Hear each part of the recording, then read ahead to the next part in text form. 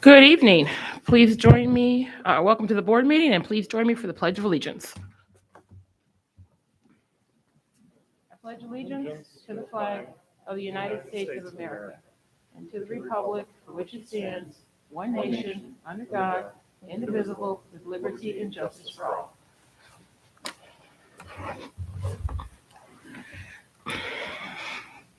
Next item on the agenda, item 1.03, approval or revision of the agenda for tonight. Is there a motion to approve the agenda?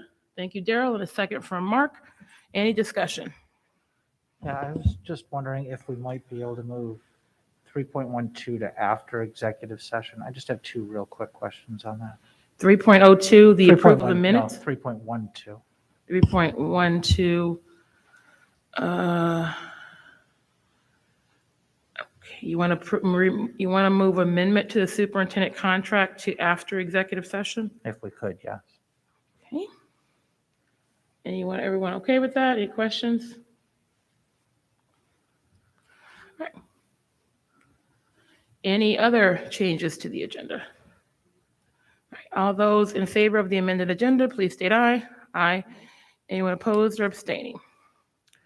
Okay, next on the agenda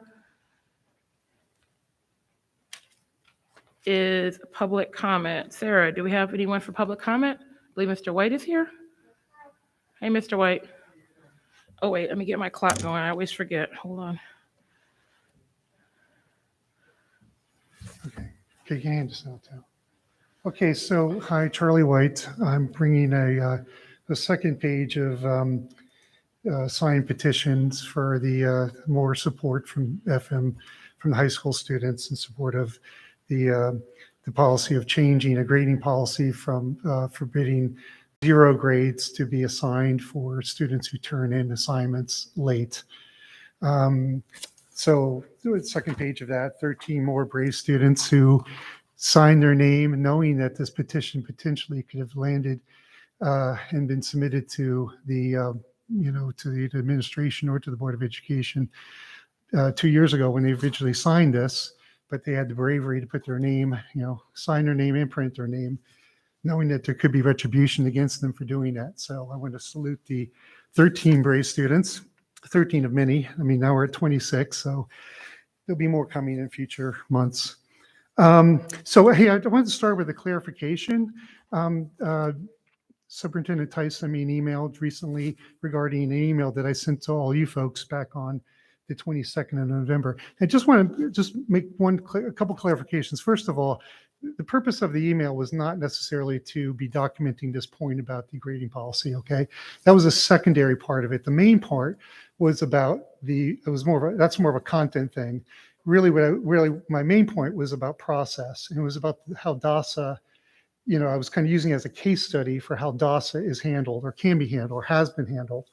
And I pointed out that I thought that there were significant gaps of communication that could be problematic and could leave open legal exposure for the district. And I sent that as an email form as opposed to getting up here and rambling about it because I thought it merited that type of attention. So I do hope that you will look at what I wrote and go through with a fine-tooth comb and just make some potential procedural changes. Some of them are really easy. Just, things like, if you disagree with something being a DASA matter, it should go up to the next level immediately.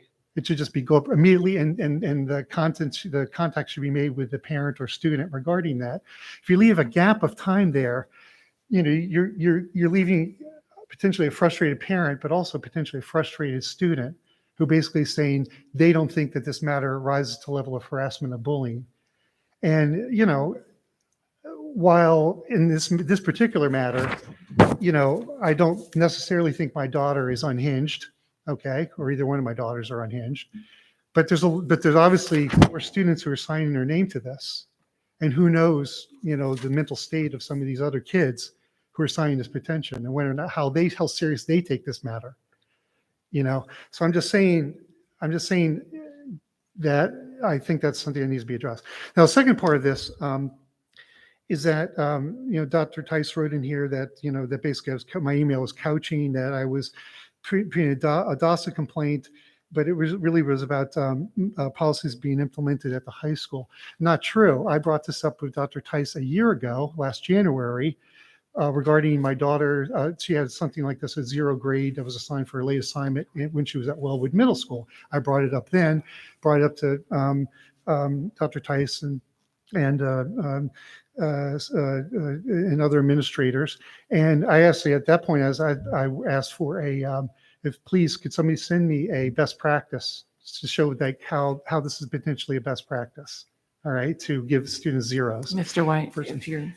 Okay, your can I wrap time's up just real quick about here? up. One last Yes, point here. go ahead. Okay, so it's been over close to a year now for that. Second, I guess the third point I want to make is that, and this is something I think is really useful, is just to think about it this way, okay? Really, when a student gets a 0 grade, okay, for turning an assignment late, okay? By the way, I'm not opposed to students receiving like an F grade. Like if somebody turns in something late, they should get an F, 65% F. Okay, I think that's a perfectly legitimate grade to give them for that. And as Dr. Seiss says, there's good reasons pedagogical reasons to do that. But when you give somebody a 0 grade, you're not just giving them 1 F, you're giving them 3 Fs for that. Okay. Okay. And I think it should be documented like on a school tool. I think if somebody gets if they get a 0 grade on the school tool, it should be documented as 3 Fs. Okay. And here's why. The first F is from 100 to 67. The second F is from 66 to 33. The third F is from 33 down to 0. Think about it. It really is 3 F grades Mr. for White, one mistake. Okay. thank you very much. See you next month. Have nice Thank you. holidays. Thank you. Mr. White, I did want to say that, you mentioned that students might feel there would be retribution for signing this. And, we encourage our students to be critical thinkers and to advocate for themselves. So we would hope that no student would feel that they couldn't voice their opinion by signing a petition like this, or anyone else in the community would feel that. So, I'm saying on behalf of the board, we encourage students to voice their opinions in this manner. So students do not have to worry about retribution for doing so. If only that was the case. I mean, having had history with the district for several years, I beg to differ that there's not instances of retribution put down on students for speaking their minds. So I hear you, I'll take it under advisement, but I think the reality is not necessarily reflective of what you're saying. So, but we can agree to disagree on that point. Thank you very much. Thank you so much. Have a nice holidays. You too. Happy Just, holidays. which button do we hear? Sarah, was there anyone else for public comment? No. Okay, thank you.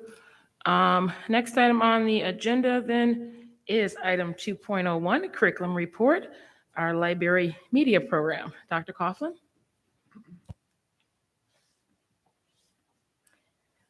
Good evening. It's wonderful to have a curriculum report happening this evening, and it is my, thanks, incredible pleasure to introduce our library media specialists and the library media program. I cannot say enough about all that they do, all that they did pre-pandemic, and everything that they have done during the pandemic. They have been integral, as you'll hear in just a minute, with everything that they do to support students, to support their colleagues in the buildings, and we really just can't live without them. So it's my pleasure to turn it over to our library media specialist, starting with Mary Petroulis. Hi, everyone. I'm so excited.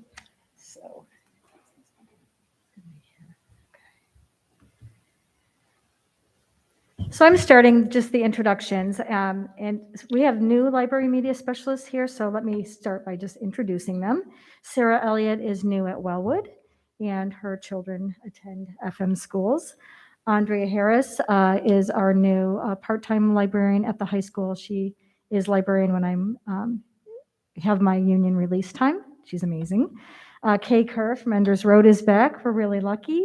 April Myers at Mott, and I got to work with her in the spring, and she was fabulous. I'm Mary. Megan Scott at Eagle Hill has some really fun things to share with you, and Jess Stokes from Fayetteville, who is amazing. We have all of you have a bag that we've given you. I want to draw your attention to that because there are some things in that bag we'll be referring to that were part of our curriculum, and we'll be referring to those. The outside of the bag, by the way, was designed by students in a project recently at the high school. On one side, you'll see that there's a line of poetry and an illustration that goes with it. That was for Liz Delcani's class. On the other side is our library logo at the high school. It was designed by Sophia Testani. I'll tell you a little bit more about that later in the presentation, but she did that for Brittany Culligan's class at our request, and she won a Scholastic Silver Key for that design. So I'm going to turn it over to elementary librarians. We're going to work through elementary, middle, and then high school. You'll see that we do amazing things at all different levels, and the programs are all quite different, but they're all united by three concepts, which is that our libraries are for discovering, connecting, and engaging. Thank you so much.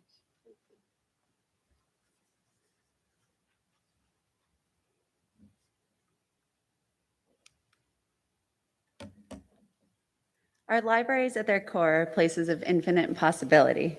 They're places of discovery where students can find themselves, explore their interests, learn more about others, and develop new passions, sometimes in fields and subjects that they never even knew existed. This arena of discovery all begins at the elementary level with a welcoming environment where students feel valued, capable, and very, very comfortable, as you can see in the self-checkout process happening at Fayetteville in the upper left. Our K through 4 students come to the library every week to learn, share, wonder, explore, and grow. In our weekly library lessons, learning takes place through both teacher-directed, curriculum-aligned lessons and student-driven inquiry, both of which involve lots and lots of hands-on practice. We teach students strategies for using our library catalog, Destiny Discover, our ebook platform, Sora, and our databases such as Pebble Go, to find a variety of reading materials that match their interests and quench their curiosities. It is not unusual to see second graders carrying iPads to our shelves to locate a book that they discovered independently in our catalog. We strongly believe that a welcoming environment, this environment of discovery, is based on all students knowing that they're valued enough to be represented in our collections. As we have updated our collections to represent all of our students, their interests, and changes in curriculum, we have created lists in our catalog to help classroom teachers grow their own collections too. We are also creating a variety of lists for students within our catalog so that they're able to discover wonderful books week after week for independent reading. And where would discovery be without wonder? Wonder walls have been a great way to introduce and support inquiry and to engage students in a topic that interests them. When we collaborate with teachers on curriculum-based research projects, using wonder questions like the ones that you see in the middle to guide research has increased student engagement and has enabled students to discover both meaning and excitement in their learning. Finally, STEAM Sites of the Week and STEAM challenges in our libraries have given students many opportunities to discover and explore a variety of different subjects while developing new skills. In our libraries, students are creating music on their Chromebooks, solving engineering problems, learning to code, and so much more. All of this discovery leads to important connections, which April will tell you about now.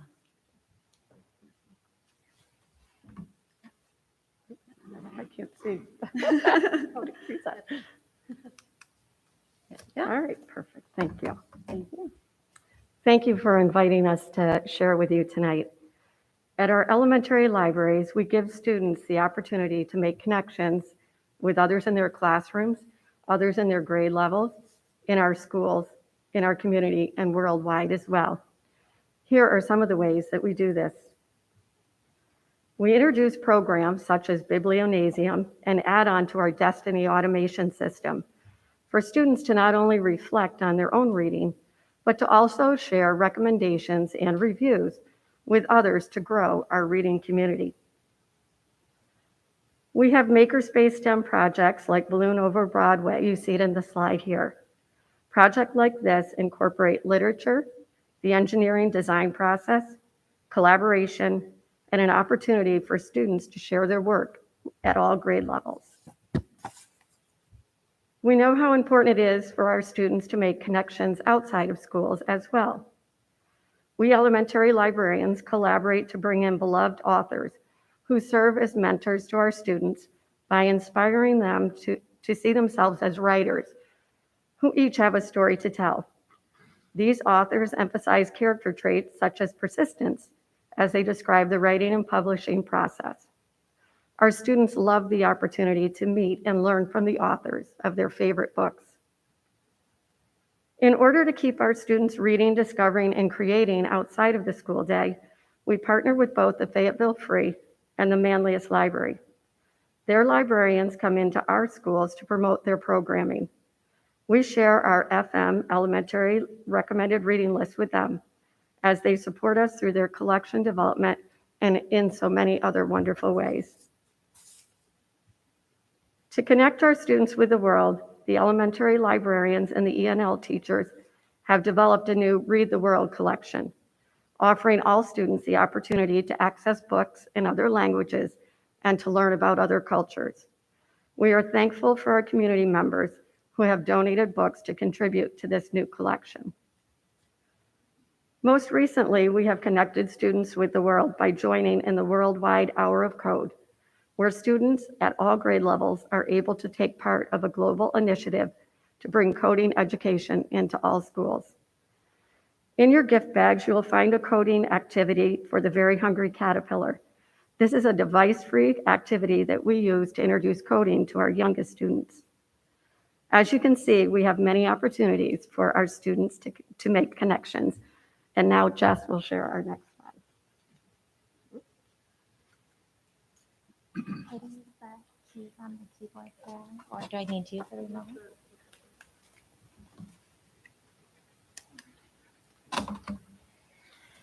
When students engage with tools, technology, and others in the library, it empowers them to learn actively through hands-on exploration and experimentation.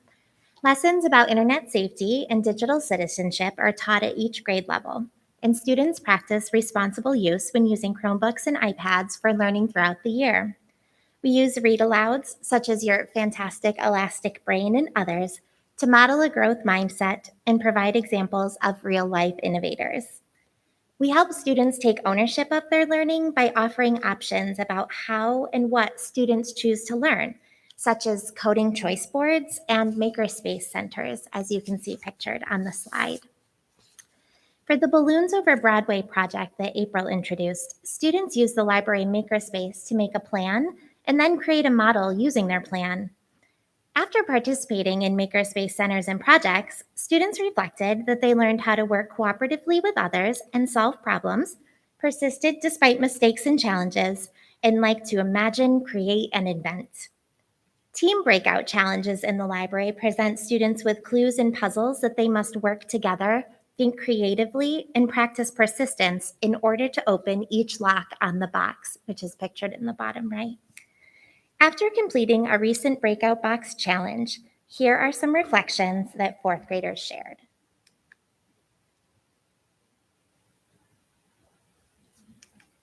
I loved it because it worked my brain and I really had to use my brain a lot to figure out some of the riddles and questions. Breakout was fun and puzzling.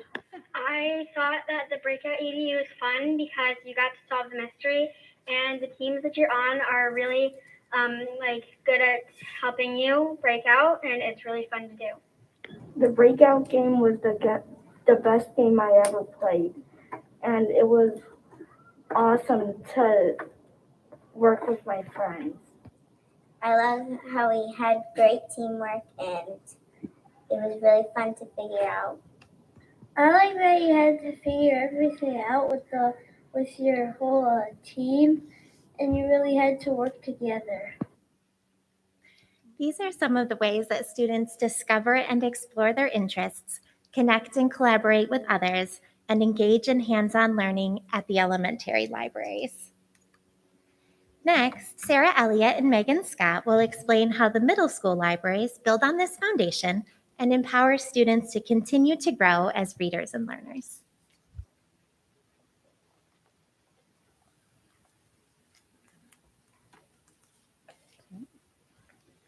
Hello, welcome to the middle school library. First, we have a couple of videos from our students. Play these first. My favorite thing about the library is how you can check out books like this anime kind of like comic thing called Maximum Ride. And I love like the peacefulness and how like you can just like chat with your friends like but quietly. And yeah, it's just the library is a great place. And then we have our second video. What I love about the library is all the puzzles and the after-school activity, and it's just a nice place to go and read when you want somewhere quiet. It's just a lot of fun here, and I think you'll like it. So those are a couple of students that come to our libraries. What I love about the library is all the puzzles and the after-school activity, and it's My favorite thing about the library sorry. is how You get to push down here. Okay, here we go. Both Wellwood and Eagle Hill libraries are welcoming spaces in the heart of our schools. Creating a warm and inclusive and affirming environment, the libraries provide open spaces for students to research and read. Students may explore independently as well as work collaboratively with other classmates. The inviting layout of the library allows students to browse for books, relax, and read amid the comfy chairs, tables, and couches. The library is an enjoyable location for independent browsing, for classes, and special events.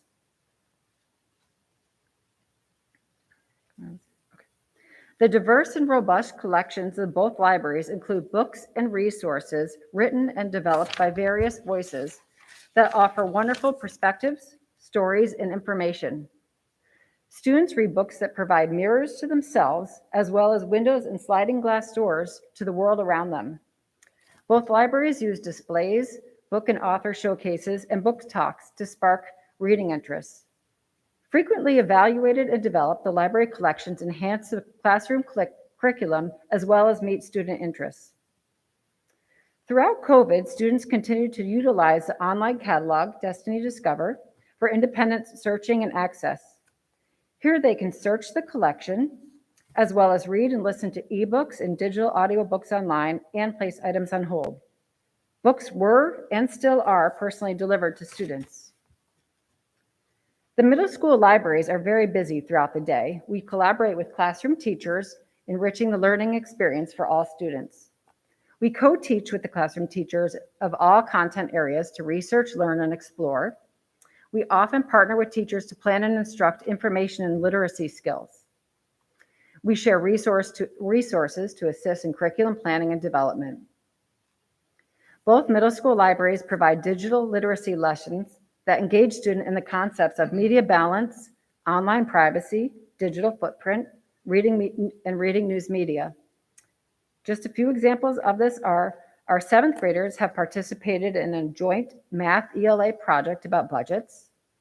Our 8th graders continued their annual media literacy showcase. In the library, 5th graders researched about extreme weather and endangered species. Our 6th graders have created ancient Greek and Roman mosaics while also reading Greek myth plays. Many classes throughout all 4 grades visit the library throughout the year for classes on author study and book selection. Book selection often entails detailed book talks about great authors and new literature of all genres. Afterwards, students have sometimes participated in an author brunch, a book tasting, cocoa and books, and book cafes in the library to share about great books and authors.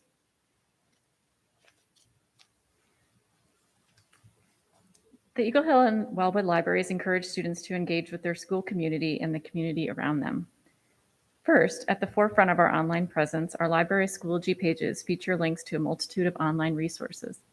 These online resources provide current and age-appropriate articles, videos, and primary source documents too. Students use skills in evaluating sources, websites, and media as they read and research. Our online resources include encyclopedias like World Book and Scholastic. They include databases provided by New York State's Novel Program, including Gale resources like Newsbank and Teaching Books and Novelist.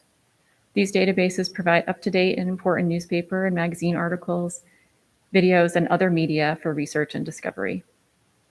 Our students connect with the school community with voice and choice through various makerspace opportunities.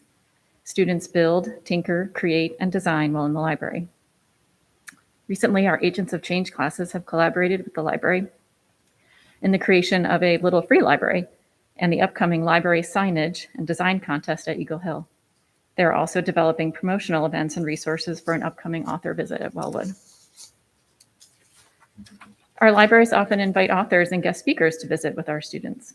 Eagle Hill students met with nonfiction author Alicia Kleppis in November, and Wellwood students will welcome author Gordon Corman in January.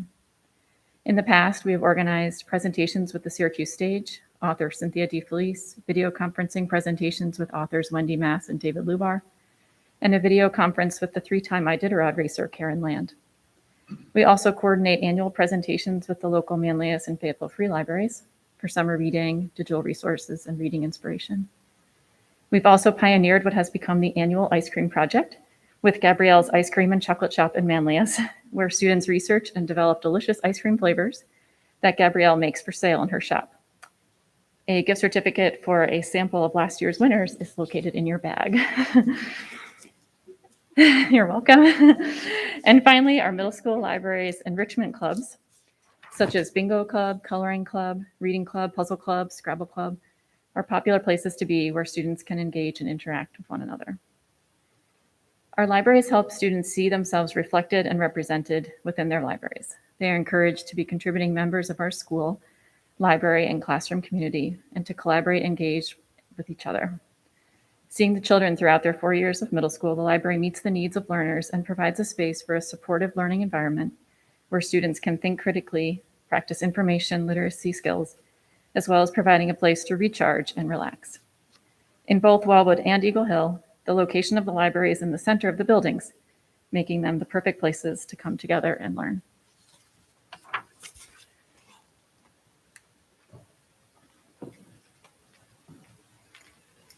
Okay, now I have to time myself because I'm that kid that when you assign a 5-page paper, I write 20. Okay, whoops. And I really do know how to use a slideshow. Whoop.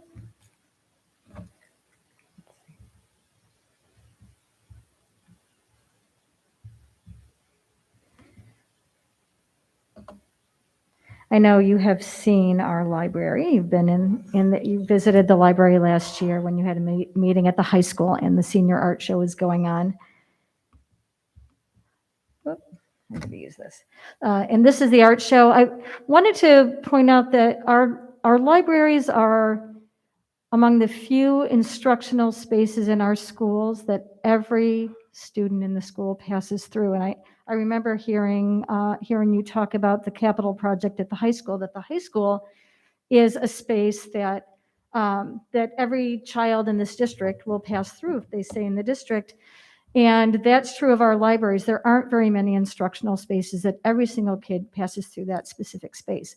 And that's true of the high school library. We want it to be a really welcoming place. And at the high school level, we have 2 purposes. One is to support the curriculum, collaborate with teachers, teach together, help students research in that component. But we're also a very much a social space for students, a collaborative workspace. And so our new library especially has to be really multifunctional. Oh my gosh, I swear I know how to use technology. Our library is super busy. Just to give you an idea, the librarians met together to talk about this presentation in early December. And at that time, we looked at our stats for the library. And as of December 3rd, we had hosted 177 different classes, 24 different teachers, 7 different departments.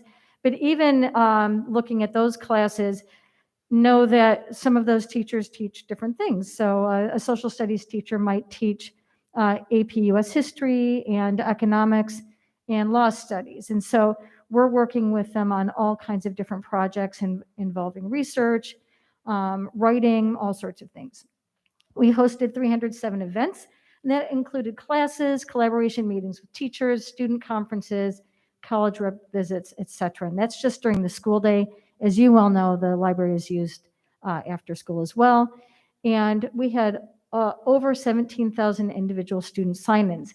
Our students are allowed to come to the library before school, after school, during a study hall. If they have senior privilege, they can come during that time. So we have students in the library all the time, and often we'll have 60 students and classes going on. So it's a lot, and it's really fun. So we have on average over 350 students per day sign into the library to work independently. So this isn't part of a class. They're coming to collaborate with their peers, maybe to play a game with their friends, to work independently. And sometimes they're doing a little bit of each. You can see kids who are located near each other at the tables, and they're working together trying to figure out a math problem. And then they give themselves a break at the end of it, and they play Uno. That's the game this year. Everyone's playing Uno. Or chess. Chess is really big. A couple of years ago, it was Sorry. This year, it's Uno. So lots of activity going on kind of simultaneously. And this gives you just a little snapshot glimpse of students working independently, playing chess together. This picture here is of Palin, who is a senior this year, who participated in History Day project. I think you know about this. History Day, that group met in the library. We worked with them on research to help them locate the right databases. And Palin's project actually ended up placing at the national level. So it's really amazing. And then we could use the library for display space for her project, and lots of students came in to look at it. One of the projects that you'll have in your bag is a French project where they worked on a zine. And that's students right here who are working on it. And we gave you a blank template in case you'd like to try making your own zine. We worked with Sarah Woodward-Jones, who's a French teacher. I'm sorry, I might have said Spanish. French teacher, and she wanted her students to research French monuments in Paris. They're level 2, so they're learning French. They're not super proficient yet. And she loved this project because it's a way where students would have to be really economical with their language, very precise, and they'd have to design something to promote that monument. And the kids loved it. On the last day, she had the students come in. We came up with this project where she created a scavenger hunt. They had to read each other's zines, which are all in French, and answer questions. So there was a component where they were teaching each other through their zines as well. This is the art show down here. This is a presentation I'm going to tell you about in a minute. On the bag, you each have different designs. It's a square design. And as I mentioned, one of our English teachers, Liz Del Conte, was teaching poetry. Her students are memorizing. They were doing all kinds of things with this poetry project, but they were memorizing a poem, and she wanted them to pull out a line or a few lines that they thought were particularly meaningful, and they had to find some way to illustrate that concept. So some of those designs are actually, the students are themselves artists in their original designs, or they worked with digital designs. Kids were so excited to work with their hands that we heard some kids say that it was like their favorite thing they'd ever done in English. They were making coasters out of tiles. And these tiles, by the way, was an upcycled project. We worked with the custodians to haul up some leftover tiles from old school projects. Many of these projects, like those tiles aren't even on the walls of the school anymore. So we were able to, as I told the custodians, help clean the basement. They were upcycling. The students were so excited about it. We did turn it into a makerspace project all last week. Kids asked us to keep it going. So spoiler alert, you might be getting some coasters or trivets for Christmas or whatever holiday you're celebrating. And they've been working all week on it. It's been really, really fun. So many of you know I was an English teacher at the high school for a long time. And when I became a librarian, just as my son Isaac graduated from high school, I was in my early 50s. I'm not going to tell you how old I am now, but it was a big change for me, and I was really excited. I felt so supported by the administration and by my colleagues in making some real cultural changes in the high school library, very much in line with what is happening in the elementary and middle schools. So one thing we really wanted is we wanted students to feel really welcome, and I'll show you in a minute some of the things we did to make them feel welcome. We reorganized the physical space so that it was accessible, so a wheelchair could get through, where we had tables that raised and lowered hydraulically so that if someone was sitting in a wheelchair, they could sit at a table with their peers in the library. We made sure the handicap door was working. We created a variety of workspaces, and we made some other just programmatic changes. We brought puzzles and games into the library for students to be able to have a little downtime and practice mindfulness. We really began to update the collection, weeding out things that were outdated, making sure the collection was much more reflective of our student body and their interests, and reflective of curricular needs. We also genreified the collection, which, if you don't know what that means, if you go shopping at a bookstore, you usually go to the section for what you're looking for. If you're a mystery person, you go to the mystery section. You're a historical fiction person, you go to that section. That helps get books into people's hands, right? Because they go to that section. And we have genreified our collection to make it easier for students to find the books that they want. And so on. But really, for me, the really exciting thing was because I'd been a teacher at the high school before, I knew a lot of teachers, I knew the projects they were working on, and I could really build on those relationships to work on collaborative projects. Also, and I just want to make sure you know this, we honored Dana Pierce, who was that year, the year I took over the New York State Counselor of the Year. And it was such a celebration in the library. Kids were really excited to write notes to her, to tell her what she'd meant to them. And many adults came in too to write notes. It was a really fun celebration. And here's one of the things we did to welcome students into the library. It used to be there were these bland white walls when you walked in, and like what looked like a metal detector. So it didn't exactly say, hey, come on in, we want you here. So we painted the entry with chalkboard paint. I know Ray was a little hesitant, but then he was supportive, and it ended up being a big hit. We made one of the walls an announcement wall where kids could post information about clubs and activities, and the other wall we promoted books. And those shelves were one of our first collaborative projects. We worked with Jensen Bergman's tech classes. We said we wanted some display shelves, pitched some ideas to them. Then they came to us with designs. We picked one. They built these and they installed them. And they are in our current library as well. We just absolutely love them. Okay. All right, I really do know how to do this. I'm not sure why this is not working. Any idea? Oh, there we go. So in that first year, this is what the old library looked like, just to remind you. We really were able to make some big changes, and it meant that students wanted to come to the library. It became a kind of a punishment if they were denied access to the library for some reason, which was a kind of a cool thing for me. So we started doing some projects. The first was, and I'll try to be fast because I know I planned way too much, is a favorite poem project. Julie Parker, who's an English teacher, Liz Lutz, who's behind me, who's also an English teacher. We went to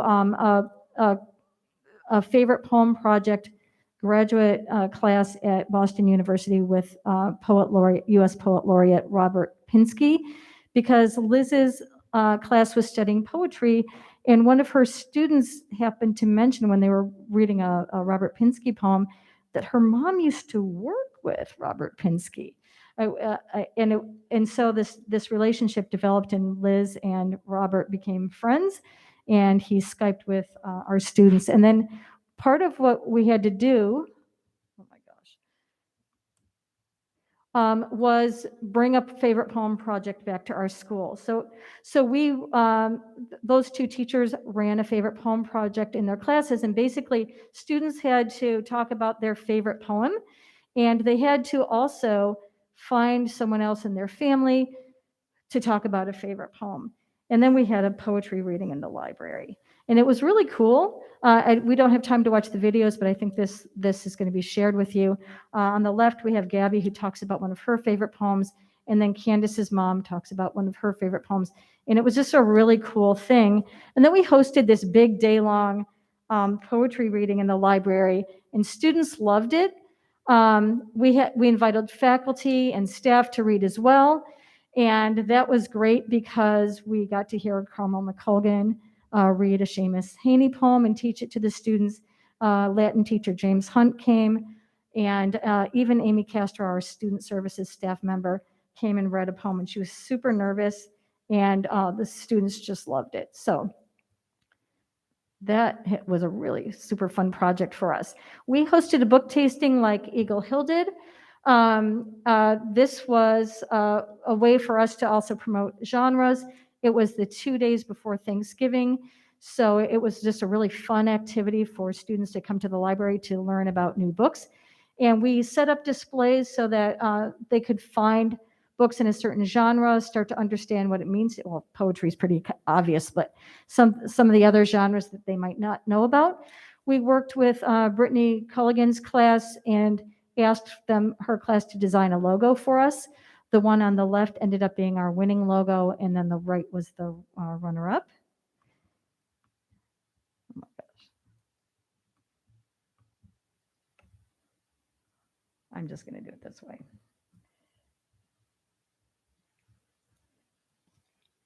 You're very patient with me, thank you. Okay.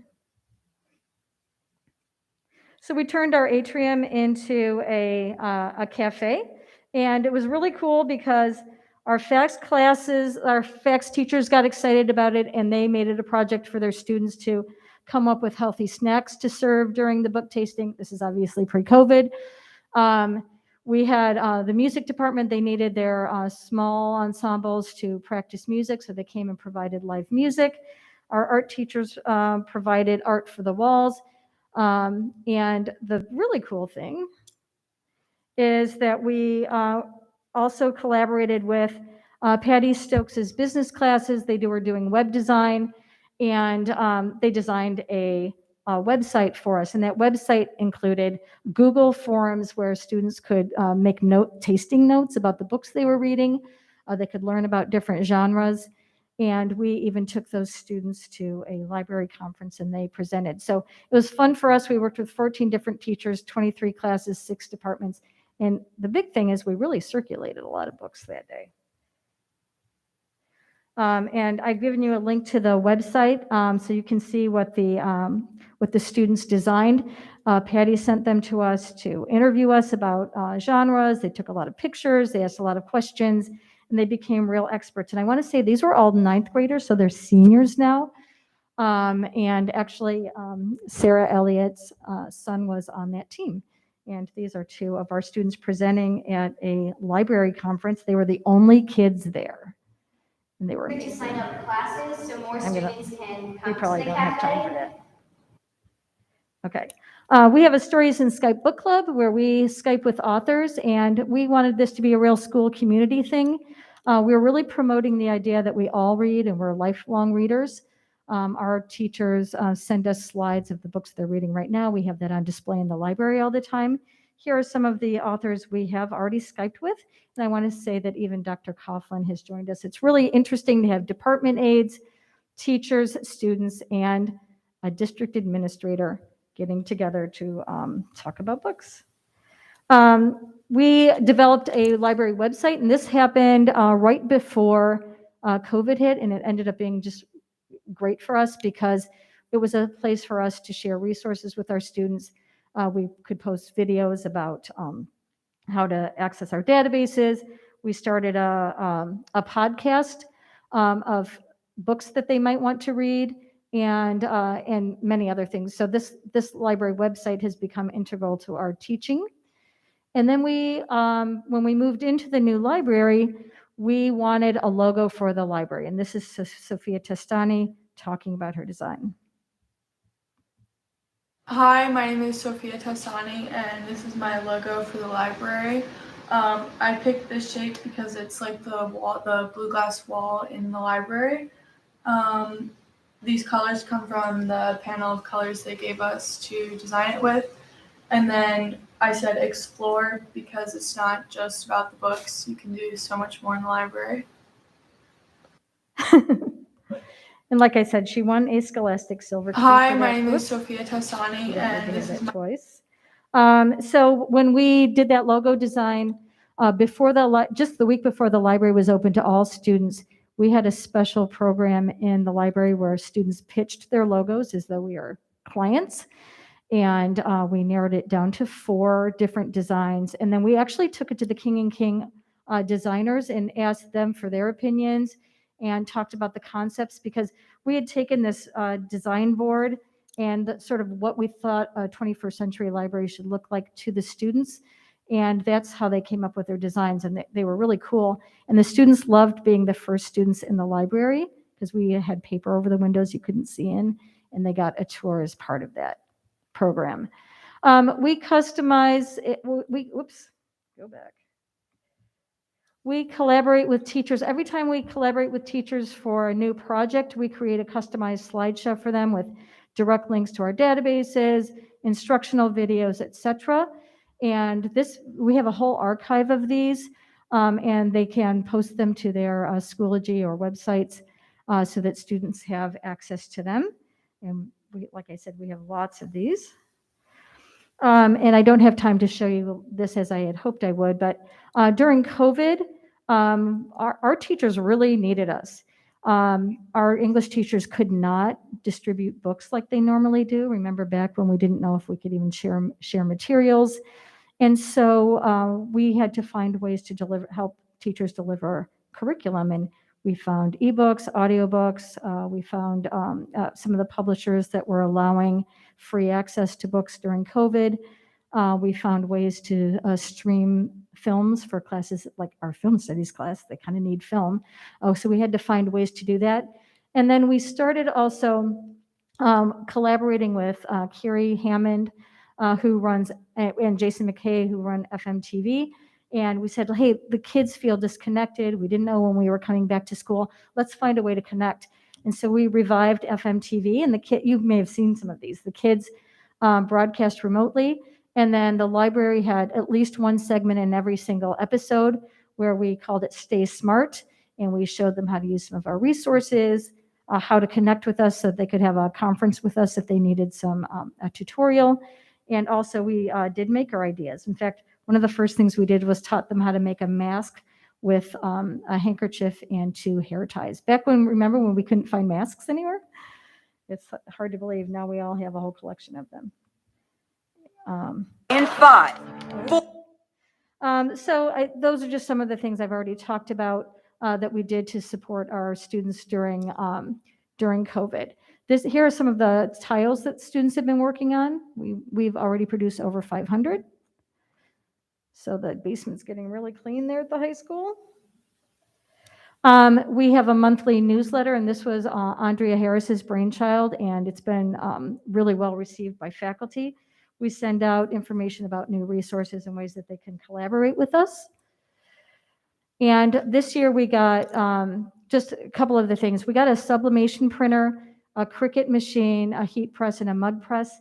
So the mugs that are in your bags were made with our own mug presses. The bags we created, we used the sublimation printer and our heat press, and we use that to train our staff in how to use our maker equipment so that they can help students with them.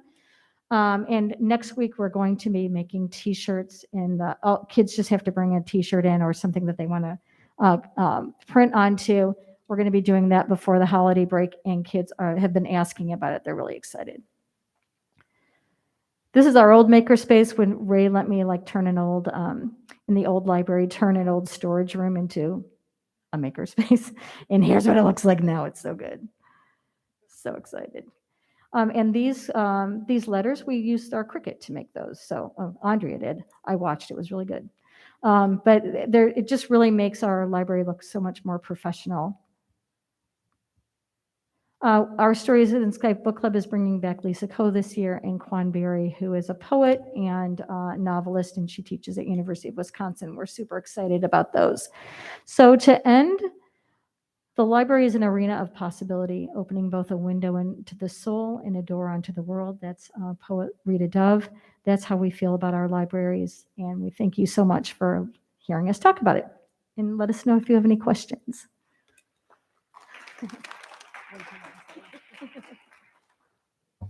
That was Outstanding. Wow. Blown away, Mary, and the rest of our librarians. You guys are doing an amazing job. That is Thank fantastic. you. Thanks. I hope you can get into the libraries. I love to go to the other buildings and see the libraries. I They're do have all unique. Yes. Sorry, simple question. Sure. You mentioned that you have your own high school library website. Yes. What is the website? link? fmhslibrary.org. And if you want to see the stuff that's behind password protection, I will tell you the secret password. Thank you. Sorry to interrupt. I was just excited to see it when Of you course, put it of up course. there. And I think Sarah can share the slideshow with you so you can see. Thanks. Anything else?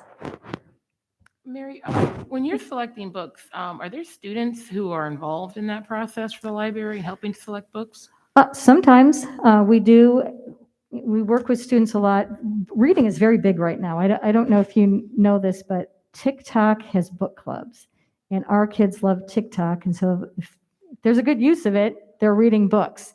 And I think during COVID, just they had so much screen time, to have a book in your hand, like they've remembered what it's like to read for pleasure. And a lot of our teachers are also promoting that. There are just so many benefits to reading for pleasure, documented benefits. And so our students do have a say, or they'll suggest things to us, or we'll find out what's trending. And that's one thing we do, but we do research all over the place, like all the librarians do. We read the reviews and so on. Additional questions? Yes, just really quickly, thank you for that. You're welcome. Many of you wouldn't know this. Daryl would know, and some of our administrators. We actually had a question that came up during the capital project process where somebody asked the question, why do we need libraries in our schools when we have 2 libraries in our town? Oh my gosh. So let me talk to them. So thank you, obviously, for that and all the work that's done. The answer was obvious to some of us in the room, and perhaps less so to others. So it just raises one question that I wonder with these curriculum presentations that we get, and it's more of an administrative thing. These all come up at board meetings, and we're very appreciative of it. But I do wonder in our YouTube videos that go, if we could carve out, perhaps edit out the curriculum presentations and post those as separate additional videos. So if somebody wants to go learn more about what Library Media Center does, they can go to that, not have to search through board meetings and agendas to find where that may just make it easier for across all of our curriculum presentations for the community to find information like this so they can understand why do we need a library when we have 2 in our community. So anyway, thank you very much for that. Thank you so much. Any other questions? No, I would just like to add my thanks. I always felt that our library was the soul of our building. I think back to Hazel Furman and Ms. Rutherford and Mrs. Lee and all the librarians I enjoyed from kindergarten through 12th grade. And then as a teacher, the librarians were my best friends. Sometimes they'd just wheel a whole cart full of books and poetry books into my room and let me have them as long as I needed So them. wonderful, isn't it? Well, and libraries are not just physical spaces anymore. They are digital spaces, and our kids from elementary on up are learning how to live in those digital spaces, which they're going to need for college. I just also wanted to say welcome to our new staff members. It's great. Aren't they great? We are Some of very, them. very lucky. Great to meet. Thank you so much. I'm sorry I talk so much. Oh, no, we wanted to see the videos. That was great. Mary, I do want to add, Of course. I thought it was really great that you have the books in different languages to really encourage kids to explore that. Thank avenue. I thought you. that was fantastic that you're doing that. We're The building other that, and buildings are doing Andrea has been really that's really good. an amazing resource for What a way us. to encourage their interest in languages as well. Yeah, So that's thanks. fantastic. Thanks. Thank you all very much. Invite me back anytime. If you need Okay. some space to fill, I can do it. You can do a TikTok next time you're here. All righty. Wow. All right, President's report. Oh, just very brief. I just wanted to extend a thank you on behalf of the board to the FM community, Dr. Tice, Bill Furlong, Russ McCarty, King and King, Chase, our facilities committee, Nancy Cole, Christine DeRose, not naming everybody, but all of the folks, Sarah, who worked so hard on the referendum and were able to move forward that project. So I'm sure I should have named someone else specifically, but just want to extend a really appreciative thanks to all of you for your work and to the community for your support of the project. Moving on, Dr. Tice, the superintendent report. Certainly. Thank you, President Mims. In your board docs, the first is the regular superintendent's report before we go on to the COVID update.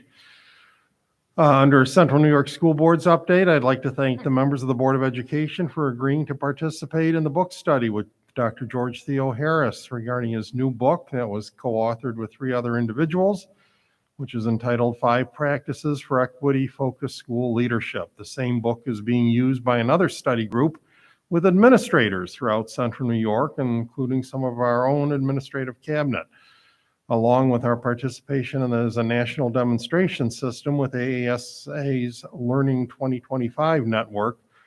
And that network includes other members of our administrative team in terms of reviewing the videos associated with Learning 2025. I believe that these efforts, along with our work with the District Curriculum Council, are helping to honor the first phase of the culturally responsive sustaining education framework, which is to raise awareness in advance of building capacity and the implementation phases. Under strategic planning, with the adoption of the district goals this past November, the administrative team is moving forward with the articulation of their own personal and professional goals for the year ahead. Their work in our 4 priority areas is augmented by the additional work on DEI, restorative justice, and future-focused education design. I look forward to sharing our progress in the months ahead.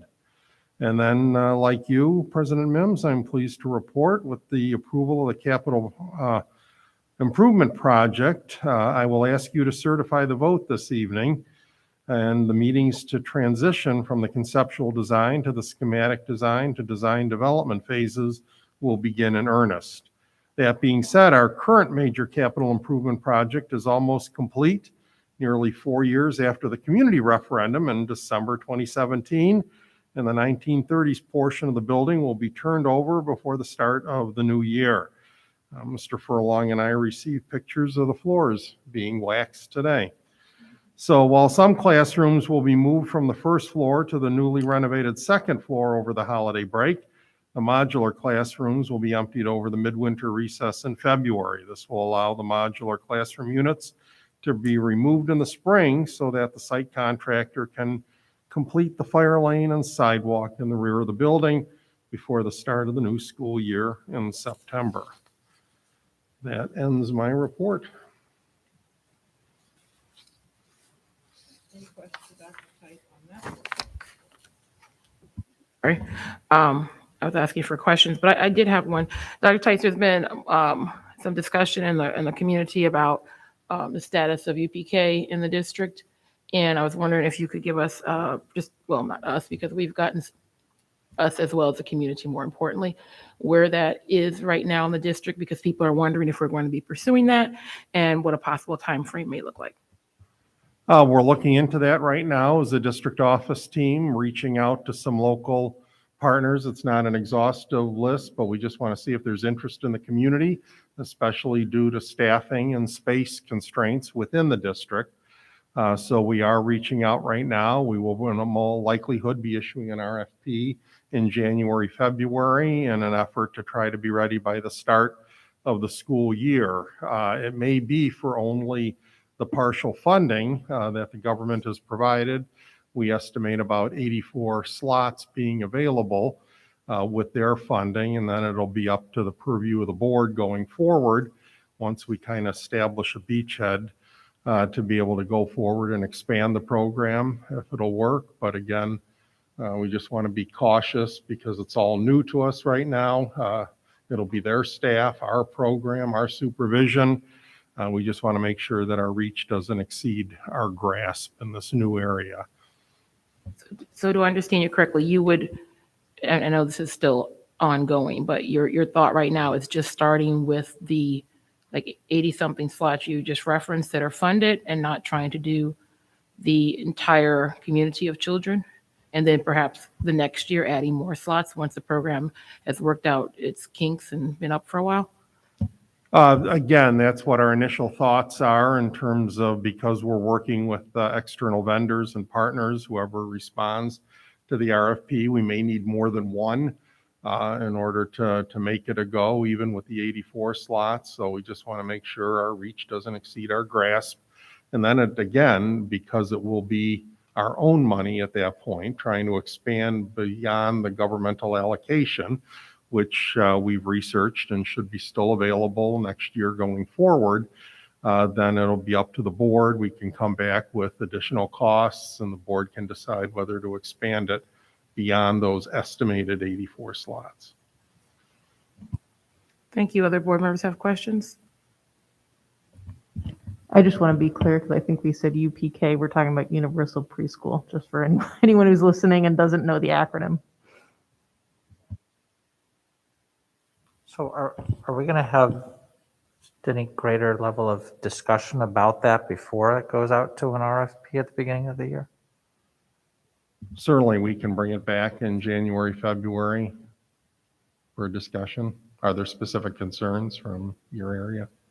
I haven't delved into it nearly closely enough to have a list of questions yet. Just obviously my first primary would be 84 slots and selected how, and the equity of that across the It's community. 84 by lottery. It cannot be serendipity to the most neediest families, unfortunately.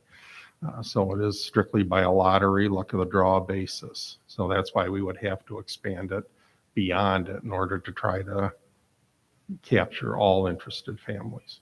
Okay, well, that answers what would be my first question then. Thank you. Just planning ahead, so one down. Good. So I'll give you the second one. So what do we think the population is? So we think we have, well, we know we're funded for 84 slots, but do we have any idea as to what we think the total number of eligible participants could be? It's tough. That's a great question. That's tough to predict, especially with the pandemic. A lot of families kept children out before enrolling them into kindergarten. So we're still trying to figure out what the pipeline looks like coming up through. That being said, with the RFP, we want to hit as many different vendors as possible because it may be regional. Enders Road may send to one site, Fayette to another, Mott Road to yet a third. So we just want to be open-minded about possible vendors regionally, so to speak, within the district. That being said, we also want to look at history as well. It gives us pause for concern that, gosh forbid, with the current economics, that one of these providers who may be independent defaults in the middle of the year, we have students to place with the other vendors. So in some ways, multiple vendors would give us some semblance of a backup plan should one of the vendors for a particular building default and not be able to continue during the year. So there's a lot of things we haven't dealt with before because we're working with outside partners. So far, there appears to be interest there.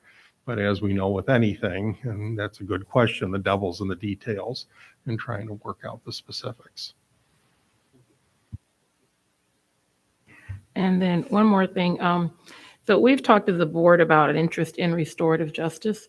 And in light of some of the discussions that have taken place in regards to bullying and how students can, not just with regards to bullying, but how students can learn from experiences, both whether they're the person who did the behavior or the person who was affected by the behavior. I was wondering if you could update us on where the district is in terms of looking at restorative justice. I know we're very early in on it, but I'm just curious.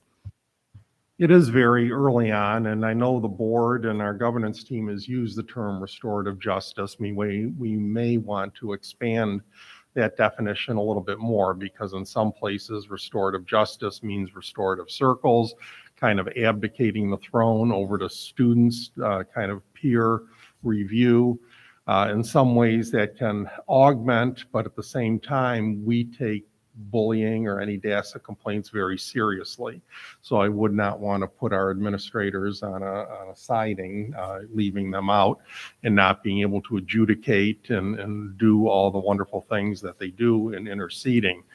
That being said, we also know that the pandemic has thrown a monkey wrench into things. In part, we're noticing in some of the buildings, because students haven't been together, high school students accepted, but some of the other younger students, for example, at the playground are exhibiting behavior that may be a year, 18 months in arrears, so to speak, because they haven't been out on the playground. Some of them don't know their peer's name in a particular grade level because they're young in school, and we're in a hybrid model last year for the most part. So there's things that we're noticing that, yes, restorative justice may be the first tool, but there's, I think it's going to be important to expand it into social skills, mental health issues, just the kind of things we've been working on all along in terms of trying to work with students that find themselves in the middle of the pandemic. It's tough enough for us adults. We can only imagine what it's like with the little ones just learning routines at school. And then just one final thing, I did want to mention that Red House is offering a professional development series that is centered around DEI. It's a really neat program that they have where teachers can go in. They have a Saturday matinee. I think they may have some other dates, but there's a show and it's incorporated into a PD learning about using DEI in the classroom. So I know a lot of educators from this community or from this area are going to be going, and I did want to mention that to you in case it's something that we want to consider some of our teachers to go to.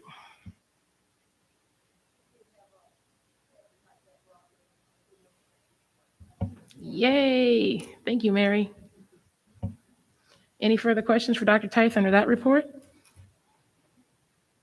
All right, so we'll move on to his COVID update. Okay, here's the COVID update, which I've kidded with you before. Sounds like the sports report, given the numbers here. So I will try to go through some of the things we've talked about before. In terms of the quarantine analysis, as the month of December races towards New Year's Eve, to date, we've had 146 confirmed cases through today in the school district, with 99 coming at the middle and high school level and only 47 at the elementary level. The good news is that the number of quarantines have been minimized with the new lunch procedures that you authorized. Since our November 8th Board of Education meeting, there have only been 12 quarantines at all levels in terms of the school exposures. Under symptomatic update, at this point in the year, the district has sent home 320 students. This is since the beginning of September, who were symptomatic. This includes 105 students at the high school and about 49 students at each of the middle schools and an average of about 39 at each of the elementary buildings. Given our enrollment as a school district, you've heard me say this before, this is testimonial to the hard work of our families to keep their children home if they are symptomatic.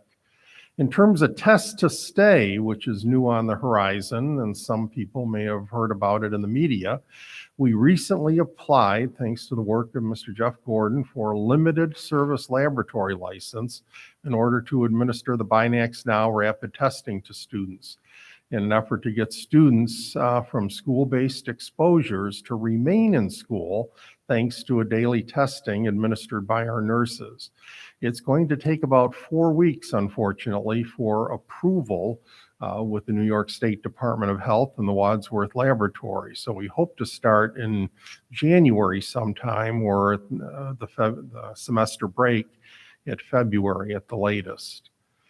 As far as surveillance testing goes, as mentioned earlier, Onondaga County continues to collaborate with local school districts to conduct random COVID testing of our students and staff. Since the inception of the program, we've sampled 747 individuals, with 647 of them being students and about 100 faculty staff, with no reported pool positive cases at the portal at Quadrant. And then last but not least, our on-site COVID vaccination clinic, as mentioned before, we are partnering with Onondaga County and Kitty Drugs to offer a second on-site vaccination clinic.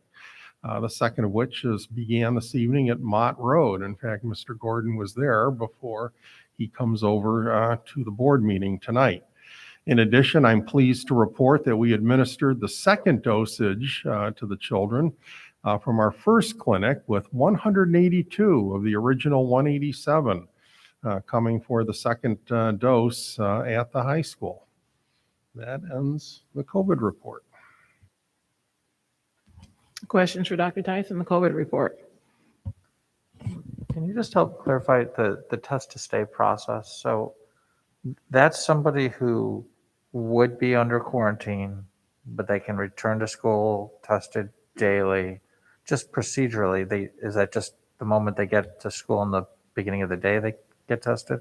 They would get tested, yes, and then 7 days thereafter, not counting weekends. So right now, as you heard me report earlier, we've seen minimal quarantines on the school-based exposures. So this we can certainly handle, even though it means the additional testing. If they throw household exposures at us, mean what's general in the community, that I think is going to overwhelm us, and I'll be calling for more help at that point. But we think we can handle the school-based exposures. So the intent would be just to offer that. The just for intent is people to with have them to school-based. stay in school. And then the question becomes, do we test? The first day certainly would be at the school nurse's office. Days 2 through 7, we're trying to decide, do we bring them into school on the risk that they may be positive? Do we use the conference house as a site, neutral site, to have the families bring them there and then dispatch them to the schools? So we're still working out the details, but we have 4 weeks waiting for the approval. Okay, so that was the part of the process that my question was on is are we putting them on the buses to get to school to get tested? And, some families have transportation and some families, many don't. So driving them to a central place before school is not always feasible for many of our families. It isn't. We may have to think about other options, but the idea would not to be to put them on the larger buses, let's put it that way, where they might infect somebody else just by random chance. We don't know, because we're, again, trying to keep them in school based on the positive result. Okay, thank you. Additional questions? Okay. Next item, committee and represent. Oops, did you have one? You sure? Then Craig, right. So I guess for those at home, Craig and I had an email exchange along with the rest of the board, just further investigating the elementary schools and what we can do to have some of their concerts this year. So as folks may be aware, the middle schools, we've been able to accommodate up here at the high school, and they're performing up here as time and space allows.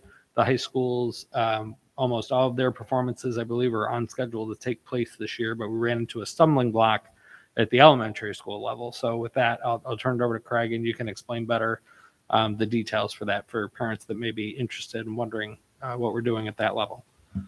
It was a good question, and I thank you for bringing it up. And as promised, after November, Dr. Coughlin and I met with the building principals at the elementary level just to get a sense of what everybody was thinking. They went with their music faculty to both Eagle Hill and the high school to take a look at that venues. They did not visit Wellwood, obviously, because of the construction and it being a smaller auditorium, and to take a look at if we could do the social distancing and masking in those auditoriums. And it's my understanding that because, as you all know, with the elementary concerts, everybody's up there. It's not one ensemble at a time, or concerts like at the high school divided up over concert 1, 2, and 3, because everybody is there taking different turns. It's hard to fit everybody in that scenario. So again, my understanding, unless Dr. Coughlin tells me otherwise, they measured, they can just not accommodate that. They understand that it's important. They would love to do it.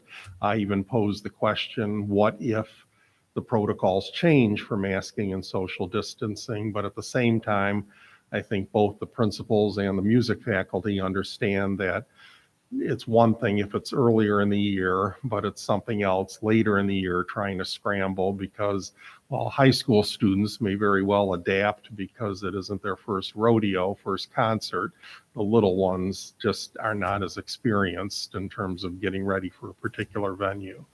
So we did bring it up. We tried to think it through. We'd love, if, to do something, but I think it's just going to be problematic. So that's why they proposed doing the videos and kind of capturing the moments for some of the years while trying to do concerts with the other years.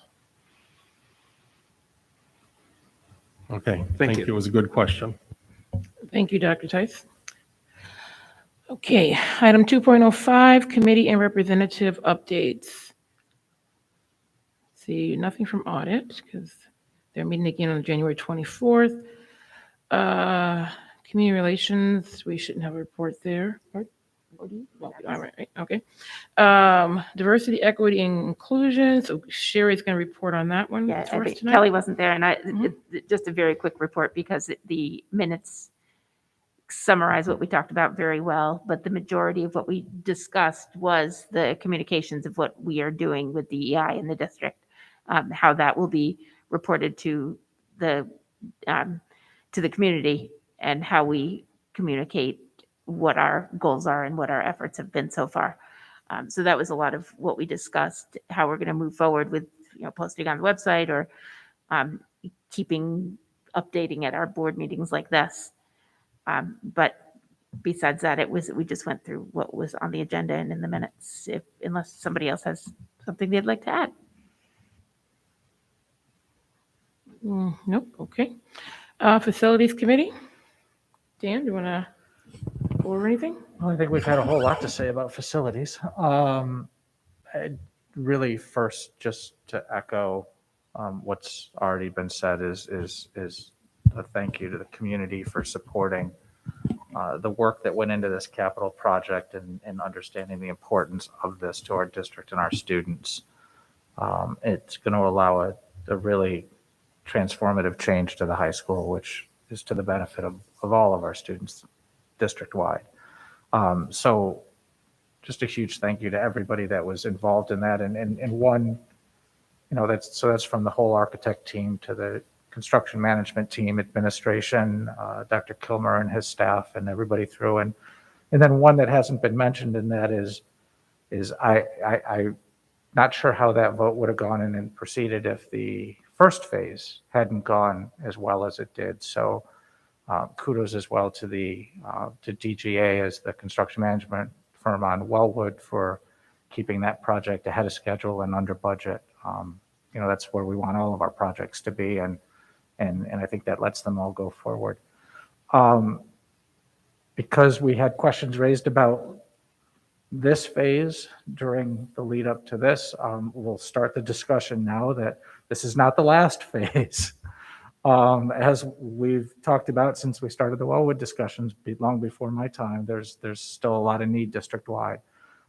So work will begin in earnest on the detailed design for the high school project, and the facilities committee will continue working on long-range planning and what comes next and what follows this project, because this is not the end of our list of needs in this district, and it's not the end of our list of buildings that need to be addressed for a lot of reasons, not just infrastructure, but programmatic, most importantly.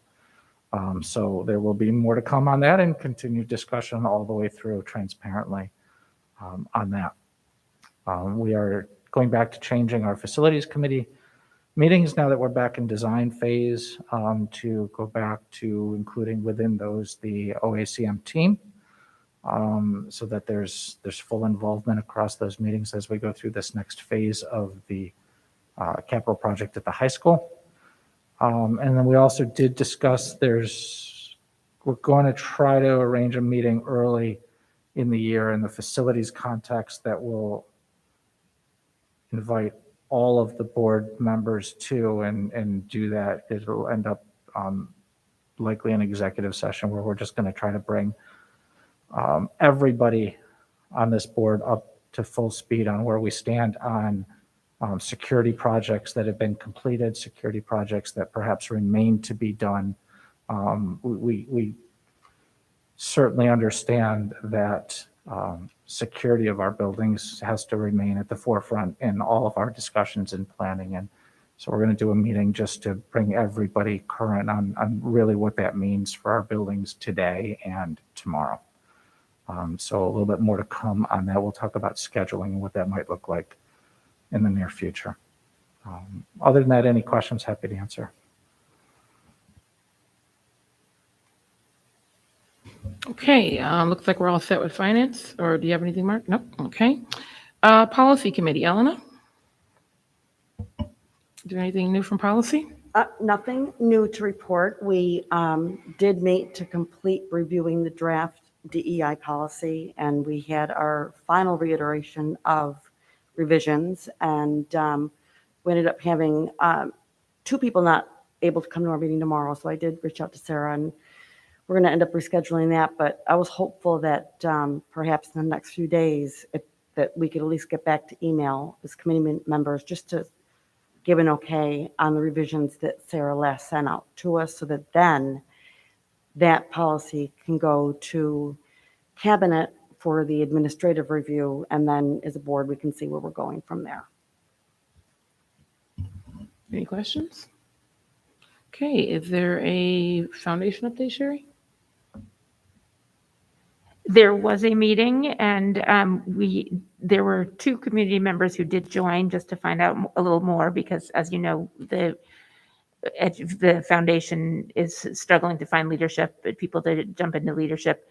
But with 2 members, although they're very much appreciated, it's not enough to run a whole board. But the good news is that our current president has agreed to stay until the end of the year, which gives us a little more wiggle room on making decisions about what's going to happen. So that's where we are right now. Thank you. Do you have a report as our legislative liaison? We're all set there? I don't have any updates on that. Okay. I probably should. I'll read that and be back next time. All right, thank you. And Hannah, welcome back. Do you have a report this evening? Yeah, I do. So my first thing I wanted to bring up tonight was from like a student's perspective of the Library Media Center. I thought it was a great presentation, and I know I spend at least a period a day in the LMC for my senior privilege during 4th period. And I know that a lot of students appreciate being back there and just having a space where we can all work together and also have the social aspect of it. Because last year when it was more restrictive, like staying in a study hall, you lost some of the just like talking to a friend, where now, and you were like staying in your specific teacher's room. So now being able to go back to the LMC, I know a lot of students have appreciated that. And it's just really nice to have a space where if you're working on any subject, you can ask for help, because there also is the Learning Support Center that is located in the Library Media Center, that each period you have teachers from different departments who are in there that you can go to for help. So I think that's another aspect that students really appreciate, because if you're working on a specific homework and a question comes up, you don't have to move all the way from house 1 to house 2 to go to the Learning Support Center. There's now a location right in the Library Media Center. And then the other aspect of it is I know that was brought up tonight, is with like the curriculum projects. So for myself personally, like I've had a ton of different projects with the help of the library media specialists throughout all 4 years of high school. And it honestly gave me an opportunity to be able to learn more about like how to apply like different like research topics or focuses that I know I'll need for college experience. Like I had a annotated works cited, and before it was my freshman year, and I had never even learned about what that was. And I remember spending like at least a week in the LMC, like with library media specialists and with my teacher. And I know that was like something that like was valuable, and now it's something that I can do like without the help of anyone else. So I really appreciate that. And I like honestly am very grateful for the opportunity that the high school gives, having the LMC being so central, and like staying after school. Every day I leave walking to go to my car in the parking lot, and I see students. Like every day you'll see that the LMC has students in it after school during ninth period. Like you wouldn't walk past one day where there, unless the library is closed, like there are students always in there, whether they're like talking with friends, playing games, working on the computers. It's just honestly a great space that we have at the high school. So I'm really appreciative of that. And then my other report I wanted to give, it kind of goes along with what was said at the public comment tonight. I know there has been some students who have come to me, especially from the junior and seniors class, who are a bit upset with how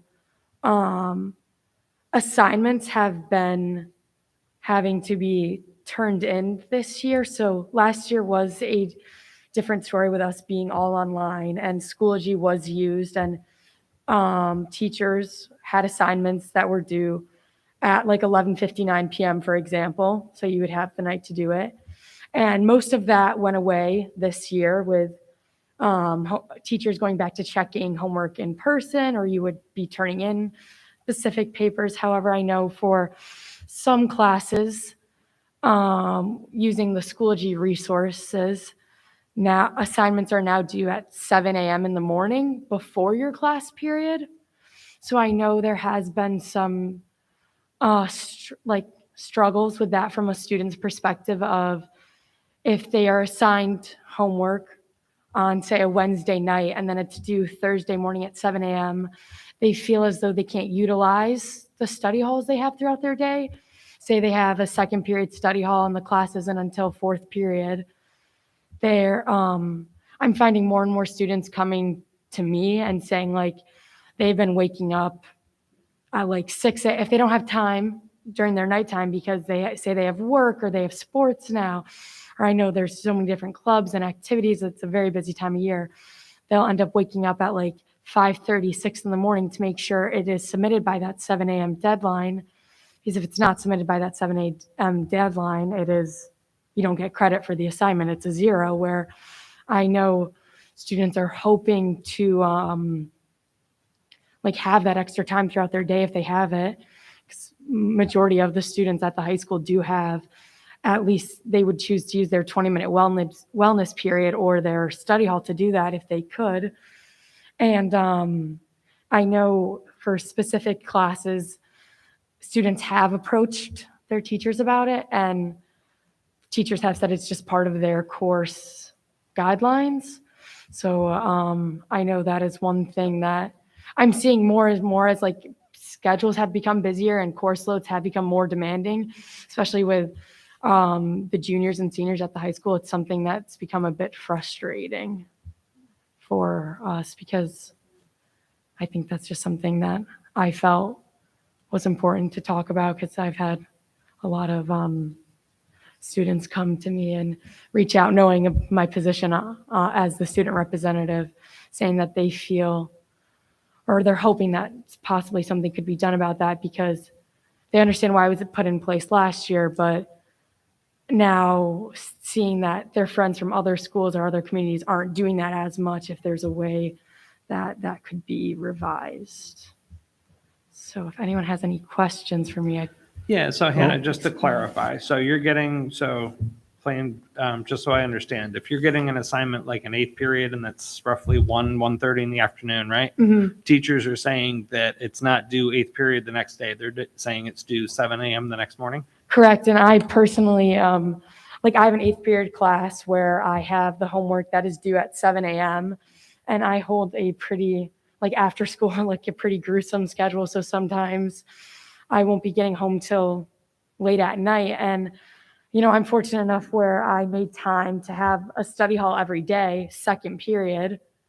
So it would be nice to have, because my first period class, if I don't have homework in it, and I know other students are experiencing that, what are you supposed to be doing? You can use it as just a time to relax, but it would be somewhat nicer to utilize that time for your academic classes. And I know it comes from a lot of students who have the 6th, 7th, and 8th period, academic classes, where they are seeing that the homework is not due like beginning of sixth period, it's due at 7 a.m. the next morning. And you have the choice of doing it the night you get home, or you wake up early to get it in by that deadline. So, and I just want to thank you for providing a succinct understanding for me of the students' perspective on the homework issue, because I couldn't quite get my arms around the gentleman's presentation, but that really hits home for me. And I just want to say thank you. Yes, you're an outstanding advocate for the students, so thank you. Dr. So- Tice, is there anything you could? So this is why I'm so glad and have been throughout that we have a student board member, because these are things, and you know, I've in my own house seen the same 7th and 8th period assignments and due first thing in the morning, and our students are engaged in a whole lot after school, and a lot do plan things around study halls and lunch periods. And, you know, I can either stay up super, super late or wake up at the crack of dawn, or do it when I have time during the day. So I'm hopeful that that can be taken under consideration and some discussion on that. And then just when we're done with this part of the conversation, Marissa, if we could just go back to legislative for a minute. I just have one quick thing on that as well. Dr. Tice, did you want to add anything before we move back? No, I appreciate the feedback. We will check into it. Thank you. No, thank you. I felt like it was something I should bring up because I know there are a lot of students who have, and it's geared more towards the STEM classes. And I know there's a lot of students who have 7th and 8th period classes. And it was just something that with more, as the year progresses, you get more work within each individual class. So the homework assignments are becoming longer. And if you're in those higher level classes, sometimes it's hard to because I have noticed some people are now making the decision of they're just skipping the assignment completely. And I've experienced that in my own class of 22 kids where they just choose, well, I can't get it done by 7, and I know if I submit it at 7:30 or 8 o'clock, it's a 0, so it's not even getting done. So I think in a way that's somewhat counterproductive to. And please don't ever our apologize for students. bringing student concerns. This is why we have this position. So thank you very much. And I think we'll make sure we have some follow-up to you and to the board in regards to the issue. Thank you very much. Was there anything else with that? No, that was everything. Thank Okay, you. That was a lot. Thank you. Wonderful. Dan, you had a question under legislative liaison? Yeah, so just on that last point, obviously in the world of where we're supposed to be doing all we can for the mental wellness of our students, I mean, that would seem to be a very low-hanging thing we could address, but important nonetheless. On legislative, whether tonight or at a future board meeting, I'd love to have a discussion on legislative initiatives related to security in our school. And one very, very simple is with respect to our SIROs, is we know that some have been taken out of the buildings and put on patrol because our local police force is short-staffed and having trouble recruiting enough people to bring in. And we all know, and everybody on our administrative team, governance team knows the importance of our SIROs in our buildings toward building relationships with our students, and that they provide a tremendous resource both for mental wellness of our students and obviously for safety and security within our buildings. And not having them in our buildings is a detriment to our entire student body. So it would seem that one of the obstacles, as has been explained to us, in staffing the SIRO positions is staffing the local police department, which is a budgetary issue.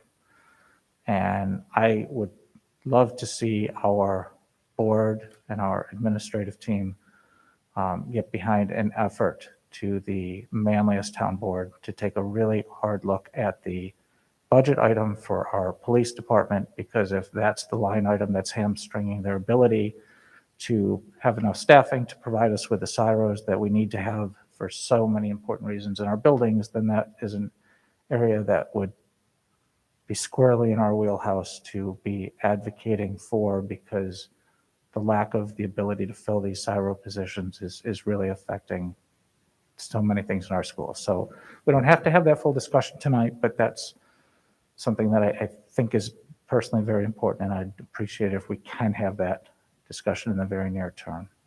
I think that would be a good discussion to have as part of the comprehensive planning team at the that the town has put together. There has been discussion about how we can collaborate and work together. I think we should actually verify what the issue is. I've heard that it's also just an issue of recruiting people into law enforcement during this time, unfortunately. So I don't know if it is a specific salary concern. So I think we should clarify what the concerns are with recruitment, because I know it's also an issue at the sheriff's department on the county with recruiting officers, and it's the same at a lot of other departments, and it's not being connected to a salary issue, more of just a morale issue in recruiting people into law enforcement during these times. So I think that would be helpful to verify what the matter is before we start any legislative discussions. But I do agree, we need them in our schools. That's why we voted to have them. And not having Officer Golden is definitely a presence that is missed. He knows our students, he knows our buildings, and we want all of our CSIROs to be back in our buildings. So we can definitely put that on the ticker, but let's confirm what the issue is. Well, I think an easy step to that might be, Dr. Tice, if you had, I know you have them regularly anyway, is a conversation with the chief to outline what we may be able to do and how we may be able to assist with this difficulty. Right. I know, Doctor, you talk to the chief from time to time. Has he indicated that they're leaving for another municipality, or he doesn't tell you why they've left? It's a case-by-case basis. You have to remember, we're paying for a service, so it's a supply issue in terms of staffing. It isn't our unwillingness to pay to fill the positions. It's them being able to honor the commitment. Yeah. And this is the only law enforcement agency we can go through. We can't approach retired BCI troopers, any other individual. It has to be through the town of Manlius or village police departments. At this point, yes, we reached out to Onondaga County, who said that they could, this is in past years, provide up to one, because again, they're working with all school districts. And so we have expanded our SPO program in terms of attracting retirees for that. So again, the conversation, I think we possibly could recruit more SPOs, but we have to remember their security. The CSIROs are the main full-time officer that we need, and we're down from 3 to 2 on that. So other agencies, to answer your question, could still apply for SPOs. That's a different conversation. We've maxed out at the 4 that have been part of the plan. We could expand the retirees, which they would attract from any and all municipalities. Well, it just may be something to consider in light of the, lack of individuals going into law enforcement. So we just may need to do something different. Okay, thank you. Next item is 3.01, approval of the minutes from November 8th. Is there a motion to approve the minutes? Thank you, Kelly, and a second from Jason. Any discussion? All those in favor, please indicate aye. Aye. Anyone opposed or abstaining? 2 abstentions. Item 3.02, approval of the minutes from the December 6th special board meeting. Is there a motion to approve the minutes? Daryl and Sherry, any discussion? All those in favor, please indicate aye. Aye. Anyone opposed and abstaining? 2 abstentions. 3.03, approval of the King and King Architects Agreement. Is there a motion to approve the retention of King and King to provide architectural services and proceed with the project in accordance with the terms and conditions of the contract, and authorizing the president of the board, superintendent of schools, and/or their designee to enter into the contract on behalf of the Board of Education and take all actions necessary or convenient to proceed under the contract to connect with the project, and upon Board of Education approval. This resolution will take effect immediately. Mark, and a second from Dan, any discussion? All those in favor, please indicate aye. Aye. Anyone opposed or abstaining? Next, item 3.04, approval of the Chase Construction Services Agreement. Is there a motion that it be resolved that the Board of Education of the Fayetteville-Manlius Central School District hereby approves the retention of Chase Construction Services and proceeds with the project in accordance with the terms and conditions of the contract, authorizes the President of the Board, the Superintendent of Schools, or the designee to enter the contract on behalf of the Board of Education and take all actions necessary or convenient to proceed on the contract in connection with the project, and upon board approval, the resolution shall take effect immediately. Is there a motion? Thank you, Sherry, and a second from Daryl. Any discussion? All those in favor, please indicate aye. Aye. Anyone opposed or abstaining?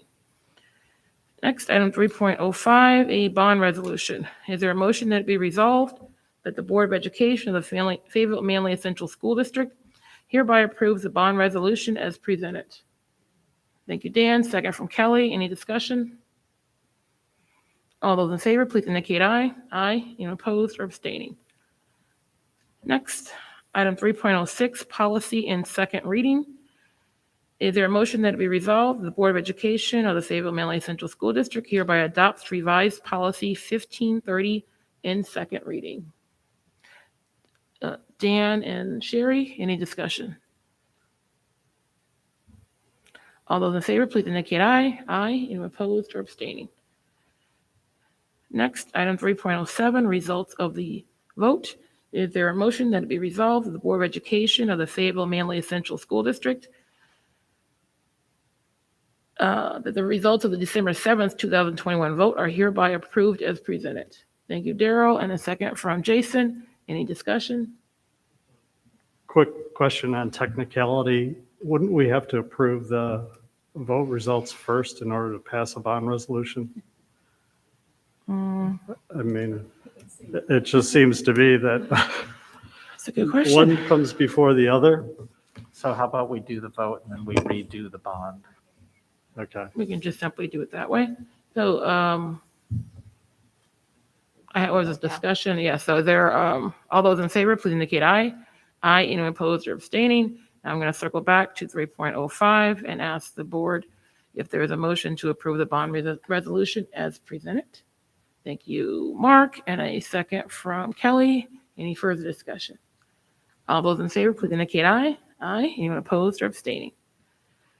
Okay, now we'll go to 3.08, resolution real property loss, section 487, rescind.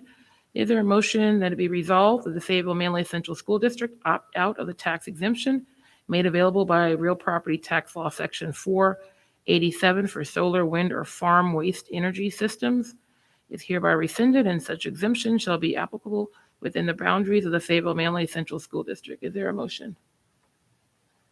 Thank you, Daryl and Sherry. Any discussion? All those in favor, please indicate aye. Aye. Anyone opposed or abstaining? Next, item 3.09, resolution commercial pilot agreement. Is there a motion that it be resolved that the Board of Education of the Fayetteville-Manlius Central School District authorizes the Superintendent of Schools to execute a payment in lieu of tax agreement pursuant to the terms set forth above and in the form approved by legal counsel? Is there a motion? Thank you, Kelly. Is there a second? Daryl, any discussion? Yeah, I just had one other question. I apologize, Bill, for not getting this before. In each of these three agreements, it says that the payment, if I recall correctly, the language, that the payment is due on completion of the project.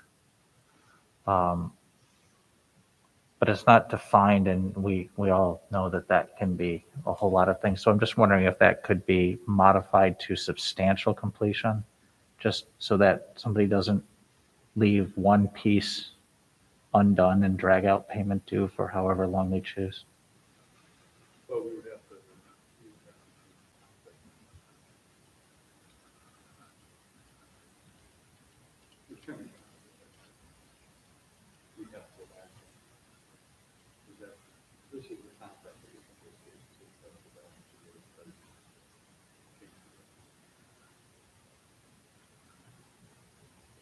The contract, was it reviewed? It was reviewed It by was. council. If they, I think, don't have any objection to the language of it, I would like to approve it this evening as presented. Do you have a significant concern, Dan, where you think it should be No, altered? I've been through enough contract litigation in my years that when something is defined strictly as completion, it's very rare that it's worded as completion and not substantial completion, because final completion could, my house I've lived in for 20 years, it's not yet completed. So it's just a change I'd be more comfortable with. But again, it's a pleasure of the board. As Mr. Furlong indicated, they're not at the table, so we can take it back.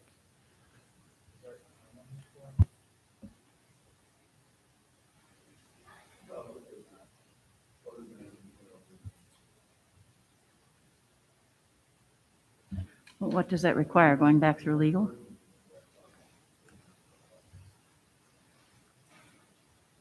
It's already been through legal. That was my concern. Legal already reviewed it and found it to be, sufficient. So we've already had our legal board representation look over this contract.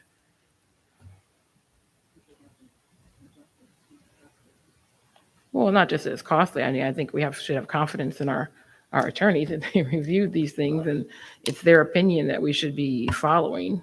I get that, we have attorneys on the board, and sometimes there's agreement about verbiage, but I think as a board, we have counsel that provides that to us. Well, but Marissa, they have made mistakes in the past, and it's our job to question and not our job to rubber stamp. So if there is any board member that has a substantial concern, and if administration is okay with that, if there isn't a timing issue, we can be very respectful of the other party and reach out to them and let them know what the issue was, or what the question was, and what the reason was why it wasn't approved this evening. But as you said, Craig, it is up to the board as a whole in terms of what is done. What does Can we the hear board from the think? administration in terms of how you feel?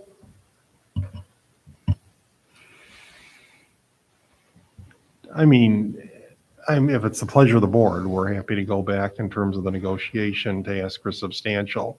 It is my recommendation that whether we accept it or we don't, we still go back to 311 and opt out again. Seeing we opened the door, I think we got to shut it no matter what we do. Yeah. No, I'm just waiting, I'm looking for that recommendation now that a question has been brought up. My apologies. That provision is in 3.10 in the acceptance of donation one. It's not in the pilot itself. The payment timing is in the next one. So my apologies on that.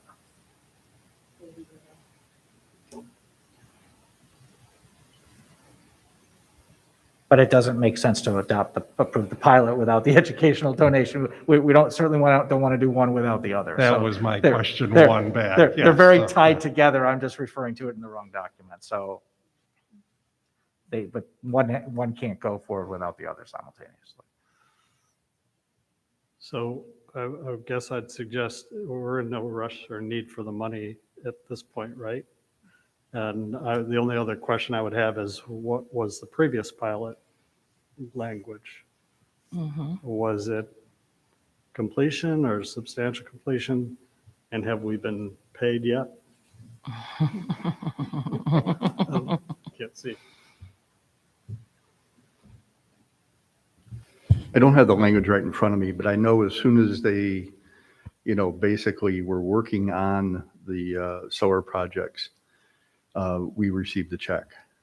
I was actually a little bit surprised how quickly we received the check, because they weren't done. I know they had a little bit of flooding in the one field, but we did receive the check when it was in construction.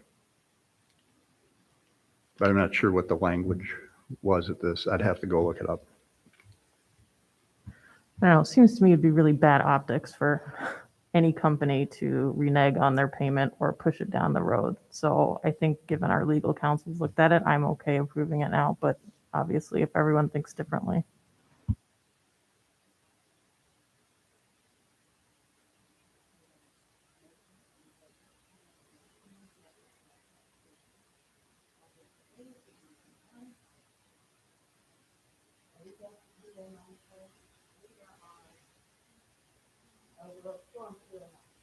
So, 309. It looks like but I'm actually just clarifying that, so we could just take 309 and 10 and then 11, or no, sorry, 9 and 11, I guess, and just do it next time and then have the clarification that we're asking Yeah, for. I mean, we could simply table 309 and 310 and then go back and do the opt-out again. And we have another meeting coming up very soon. If there's no timing urgency to it, then that would be the other way of proceeding. Is there then a motion to table those items? I would make a motion to table those Thank you. items. Dan is second from.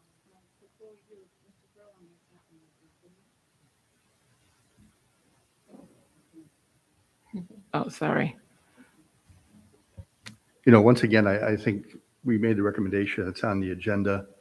The board, the legal firm has reviewed this, and, we've negotiated in good faith.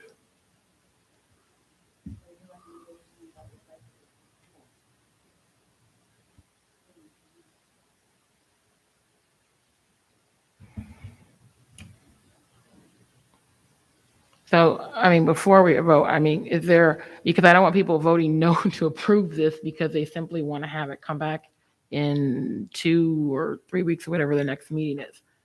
So, I mean, can I get a sense of where people are? Do you want to table this or do you want to go ahead with this vote?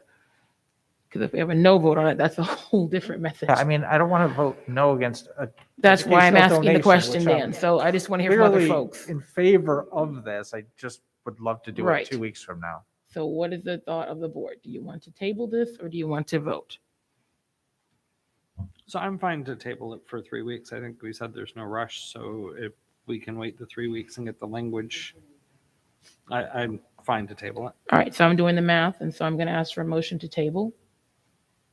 Thank you, Dan, and a second from Sherry. Any further discussion? I would just add, this is, we've had a couple of different times where we've had contracts like this that our legal counsel, our business office have spent quite a bit of time going over. And if board members can please make sure they review these prior to board members and get board meetings and get questions in so that they could be answered before a board meeting, that would be very helpful. All those in favor, please indicate aye. Aye. Anyone opposed or abstaining? All right, so to table it, yes. And I think we need to go back now, if I recall correctly, to. No, I think we need to go straight to 311. 311 and back out. shut the door we just opened. Okay. Yes. So, I'm sorry, what? 310, I'm sorry, that motion was Hold to on, table. hold on, wait. That motion was to table 309 and 310. yes, it was a motion for both. So Sarah is the clerk. I'm going now to 308, 311. Okay. So we've opted out. Now we're back opting in, correct? So actually, basically, we just need to rescind the resolution. No, Nope. we rescinded it in 308, and now we're opting back out in 311, which closes the door back. Is there a motion to opt back out? Thank you, Sherry. Second from Jason. Any further discussion? All those in favor, please indicate aye. Aye. Anyone opposed or abstaining? All right, there was a motion earlier from Dan to move the superintendent contract to after executive session, so that item has been moved. Under board development, we have the training with Dr. Theo Harris coming up. Working agenda items. We have public comment protocols as a parking lot item, improving board communications with the community. Those are items we should have some movement on soon and decide what we want to do with those. Sherry?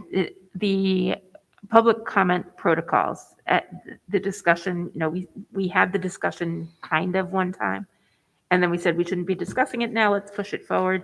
But since then, we've been using our old protocols. So I guess I want to get a sense of, do we still want to discuss it, or are we okay with the protocols we've been using? Is this something that we still want to discuss?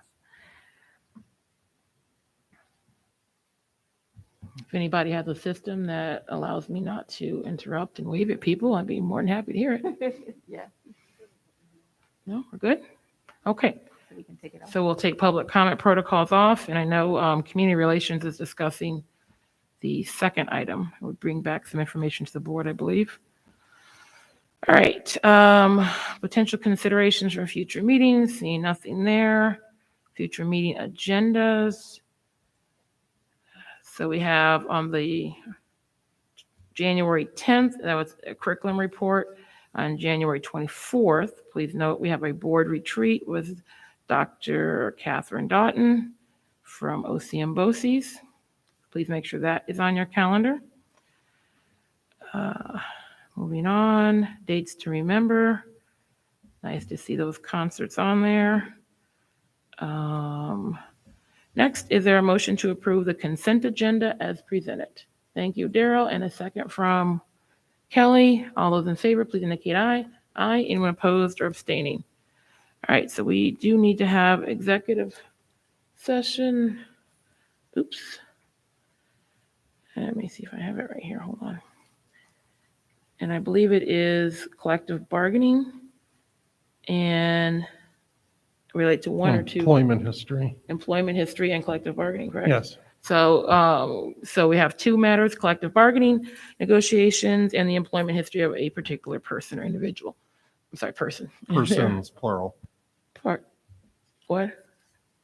Is there a motion to go in? Thank you, Daryl, and a second from Jason. Any further discussion? All those in favor, please indicate aye. Aye. Anyone opposed or abstaining? All right, so we're going to have an executive session, and then we will come out to vote on item 3. What was it? 312. Right. Thank you.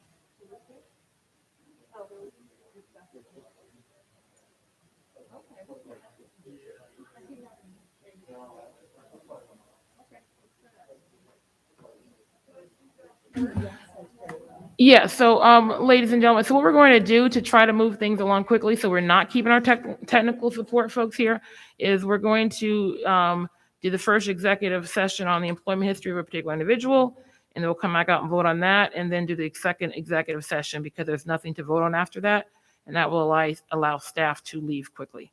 Thank you.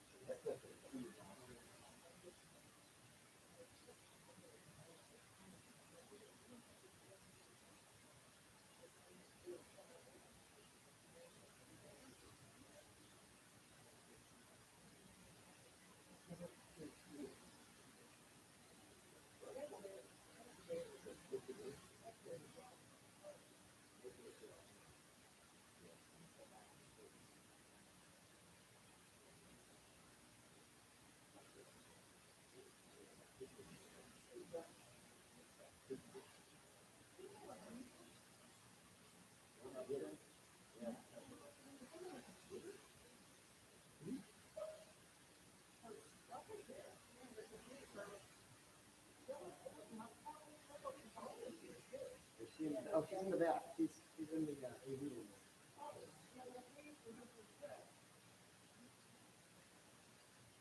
Can you see if Ellen is ready to catch up?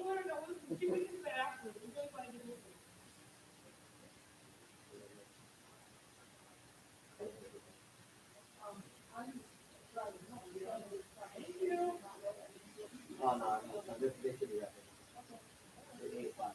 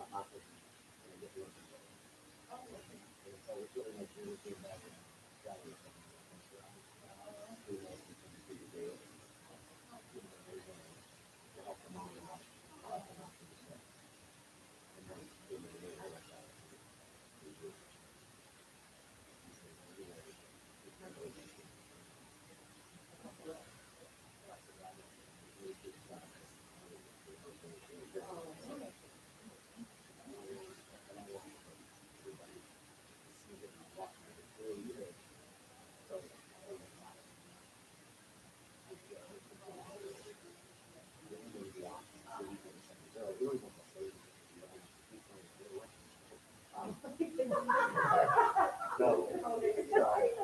Why don't you see it? See it? See if they can get it in the office and get it done. Maybe then let's see this.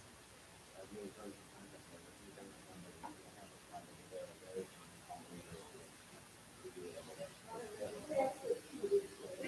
Hello. Like that, yeah. Well, they're trying to peek around. I don't want to. They want to. The kids that are dating.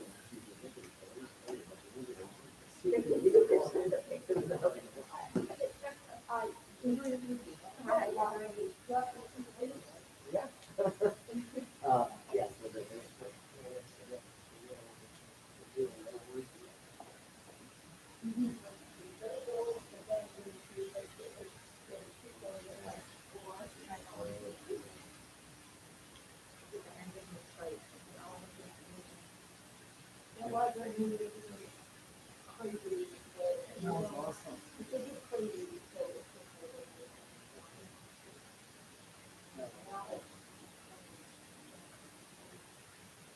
Yeah.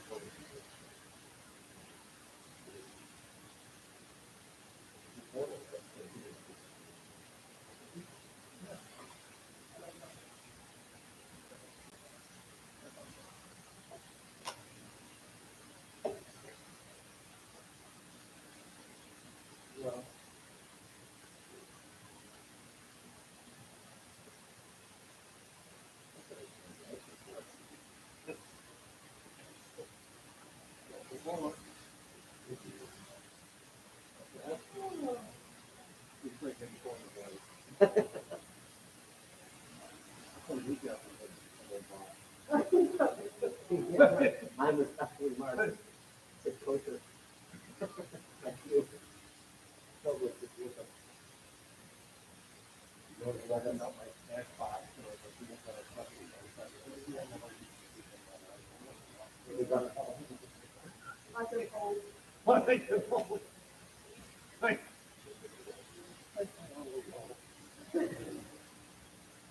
Oh, God, thank you, Lord. Oh,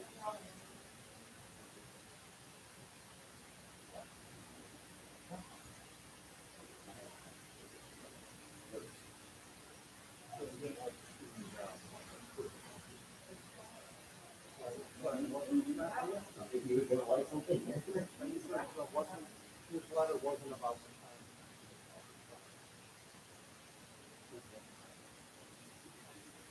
Well, you write a letter.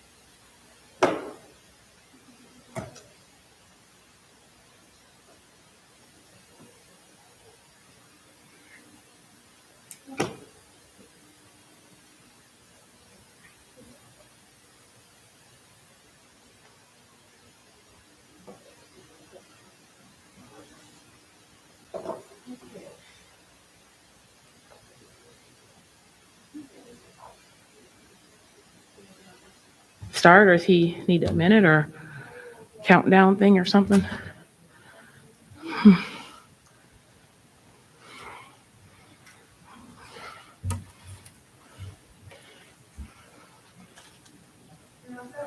Okay. We're now back in public session. Is there a motion to approve item 3.12, amendment to the superintendent contract?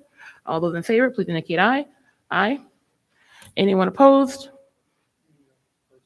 Oh, I'm sorry. I'm so sorry. Is there a motion to approve the contract? Thank you, Daryl. And a second from Kelly. Any motion and a second. All those in favor, please indicate aye. Aye. Anyone opposed? One opposition or abstaining? Next, we are going to go back to executive session to finish that, and that is just for the discussion of collective bargaining matters. After that, we will have no further public business, so we'll adjourn right after executive session. So this will end the live stream. Thank you very much.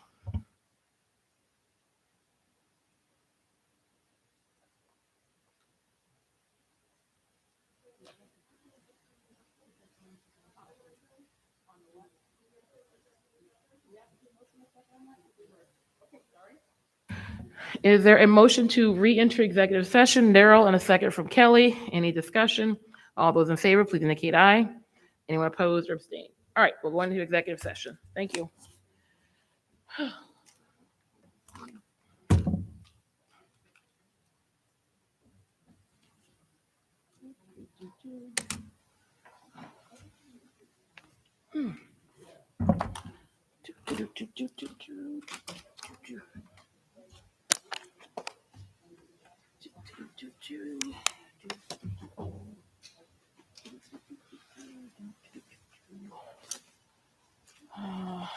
Oh, do you want to give? Oh no, we I have, yeah, we the still have sheet. to do that. The sheet. I'm gonna Okay. do- Perfect.